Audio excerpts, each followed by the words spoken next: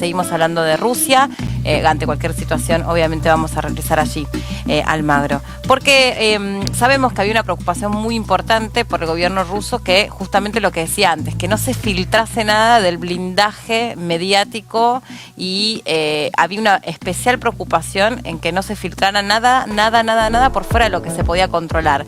Pero hoy amanecimos y la voz que escuchan es la de Joan Zweig, que él es especialista, entre otras cosas, en tecnología y en redes, para poder entender qué es lo que pasó y qué es lo que se anunció hoy respecto de esto. John, ¿cómo andás? Muchas gracias, Meli, gracias por la invitación. Al contrario, gracias a vos.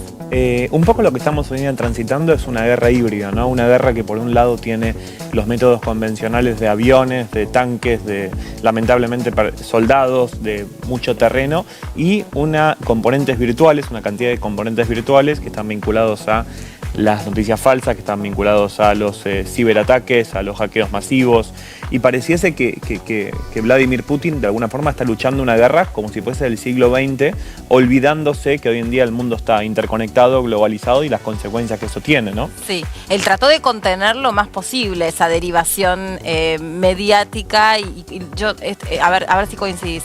En verdad, hoy en épocas de fake news, todos lo que tenemos es un acceso muy liberado a la información. No tenemos un acceso por ahí tan fácil al conocimiento, pero sí a la información. Y es que buscamos especialistas como vos u otras personas en áreas muy específicas.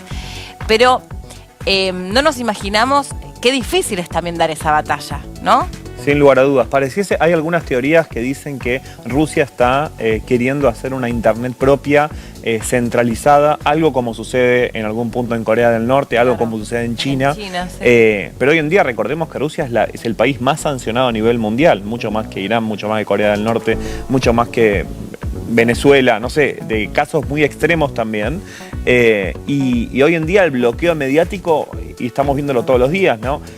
Rusia queriendo bloquear Instagram ya de forma definitiva para que no se filtren noticias por fuera de lo que ellos quieren comunicar. Exacto. Pero es un poco hasta utópico, ¿no? Pensar eso. Hoy en día, la verdad que es algo medio utópico, ¿no?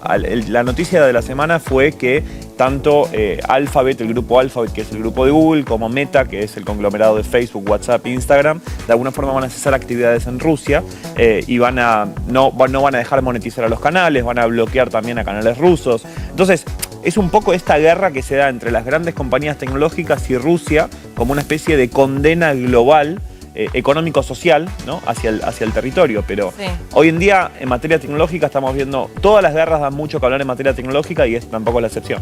Pero ¿qué se logró hoy con Anonymous? Que es la información que, digamos, lo último que se sabe en relación a esta parte tecnológica o este aspecto tecnológico de la guerra. Anonymous, para el que no sabe lo que es un colectivo anónimo, valga la redundancia, que no se sabe si es un grupo de personas determinado o diferente, básicamente es una organización descentralizada, interconectada a nivel mundial, que lo que básicamente dictaminó es una especie de colaboración global para ir en contra de Rusia y de poder filtrarles una cantidad de información determinada, ¿no? O sea, a los bloqueos que ellos generan los rusos, Anonymous o este colectivo que no sabemos quién está detrás, están todo el tiempo hackeándole para liberar esos anillos de seguridad que se imponen. Para liberar anillos de seguridad, para liberar bloqueos y también para filtrar la mayor cantidad de información posible, ¿no? Estamos viendo que, por ejemplo, la semana pasada... ¿Pero a qué nivel? ¿A agencias de seguridad? Agencias de seguridad, a ministerios, ¿no? Rusos,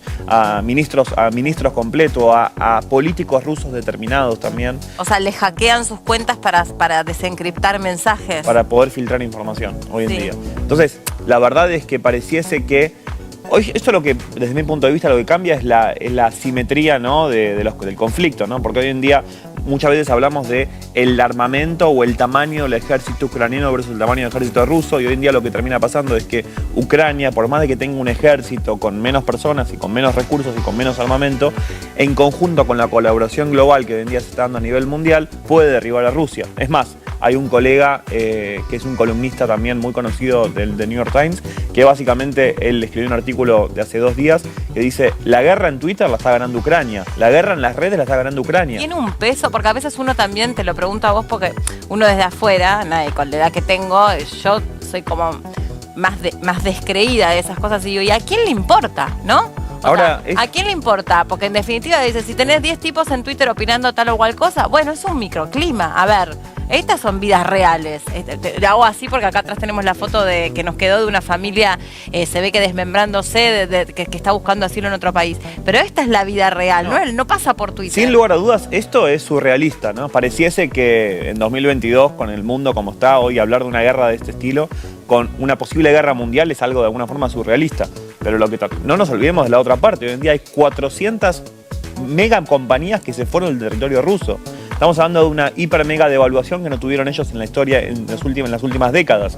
Y eso va a tener tener consecuencias concretas y reales, ¿no? Y pareciese que la mayor condena la tienen los ciudadanos rusos, ¿no? Que hoy en día no pueden monetizar por redes, que tienen bloqueos de información constantes, ¿no?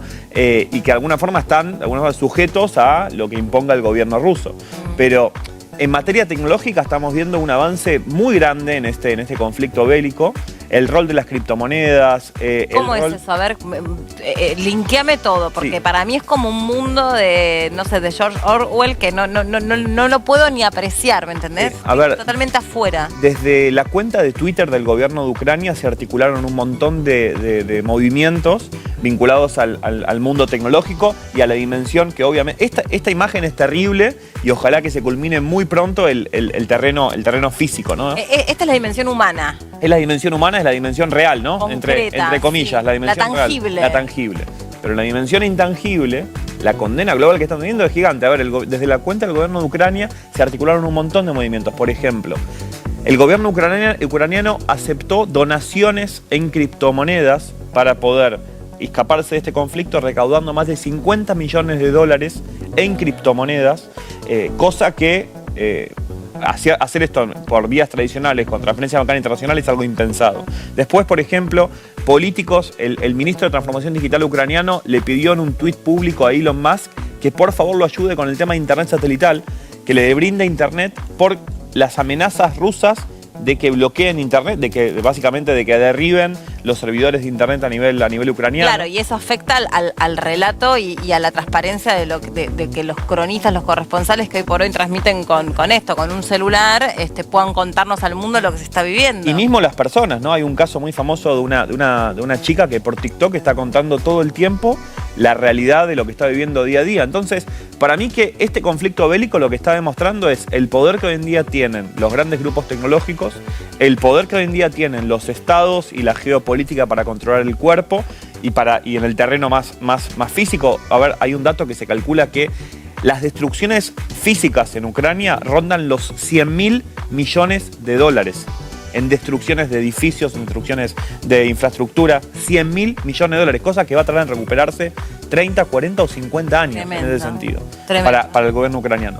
Y el poder de los individuos, el poder de las personas, ¿no?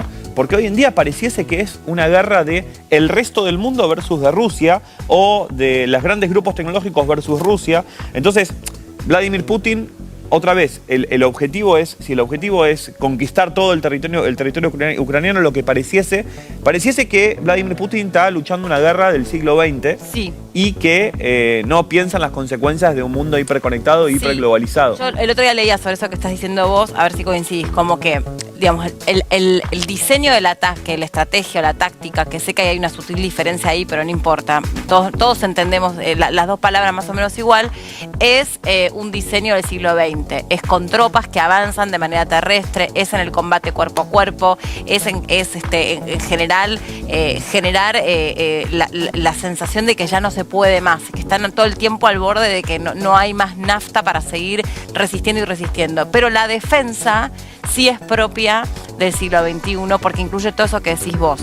Desde quien protagoniza esa resistencia, que es un tipo joven, que viene de los medios, que es carismático, que usa mucho... Era actor. Era comediante, que usa mucho como otras narrativas para ir contando todo esto y bueno, y todo este mundo que traes vos, que para una persona de mi edad, sin hacerme la anciana, pero la verdad es algo que me parece... Pero es lo que está hoy en día sucediendo, ¿no? Hoy, y quizás eso es un extremo también de lo que está pasando, pero, por ejemplo, el gobierno ucraniano hace muy pocos días, hace 3 o 4 días, lanzó como NFT, un NFT es un non-fungible token, en inglés es un activo no fungible, un token no fungible, lanzó la bandera de Ucrania y recaudó 8 millones de dólares por ese archivo, ese bien digital. ¿Y para qué les sirve eso? Traducímelo en lo tangible para mí. Básicamente están buscando fondos para, primero de todo, ayudar a los ciudadanos, sí, para poder generar defensa. Entonces, hay como una especie de articulación de ayuda mediante las redes sociales, que esta es la primera,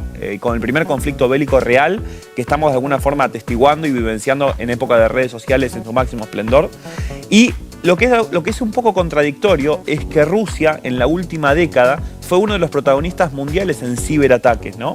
Este concepto de guerra híbrida ya cuando Rusia invadió Crimea en el año 2014 ya se estaba conversando, ¿no? O cuando Rusia le generó una cantidad de ciberataques gigantes a Estonia también para poder en un conflicto también. Entonces es de alguna forma contradictorio, ¿no? Porque pareciese que Vladimir Putin nunca tuvo Twitter o nunca tuvo redes y como que no es consciente de las consecuencias. Pero lo que estamos viendo hoy en día, la realidad es que, por ejemplo, como estuvimos viendo, el centro de conversación de la semana pasada fue Rusia fue expulsada del sistema SWIFT. Sí. El sistema SWIFT es el sistema que de alguna forma regula todas las transferencias internacionales. Por eso vos decías que era tan importante que ahora todo esto se traslade al criptolenguaje. A ver, para mí no